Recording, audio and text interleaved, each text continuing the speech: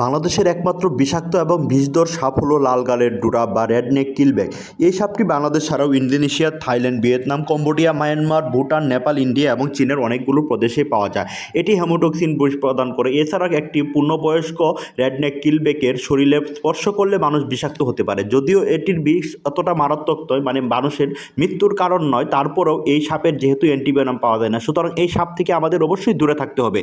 এই সাপটি এখন বর্তমান আবস্থল অনেক কমে গিয়েছে, তারপরেও পাহাড়ি অঞ্চলে বেশি দেখা যায়। আর এই সাপের প্রধান খাবার হচ্ছে ব্যাঙ, ছোট ছোট পোকামাকড়, মাছ এবং টিকটিকির মতো ম্যামথগুলো। যদিও এই সাপটি বাংলাদেশের বিলুপ্ত বন্যপ্রাণী তালিকায় রয়েছে, তারপরও এই সাপটিকে মানুষ কিন্তু মেরে ফেলে, কারণ অনেকেই মনে করে এই সাপটি বিষাক্ত এর কালারের জন্য। কিন্তু একটি পূর্ণবয়স্ক সাপ কিন্তু লাল গাড়ের হয়ে থাকলেও একটি যুবক সাপ কিন্তু হলুদ গাড়ের হয়ে থাকে, এবং সেই সাপগুলোর বিষ অতিমাত্রায় কম থাকে, যেগুলো মানুষের জন্য ক্ষতিকর নয়। যদিও এই সাপগুলো অনেকটাই শান্তশিষ্ট স্বভাবের, তারপরেও অন্যান্য সাপের নিয়ে এই সাপগুলো কিন্তু মানুষের দিক থেকে কোনো আক্রমণের শিকার হলে তারা পাল্টা আক্রমণ করে একাধিক বাইট দিতে পারে বা কামড় দিয়ে ধরে থাকতে পারে। সেক্ষেত্রে ভয় পাওয়ার কিছু নেই।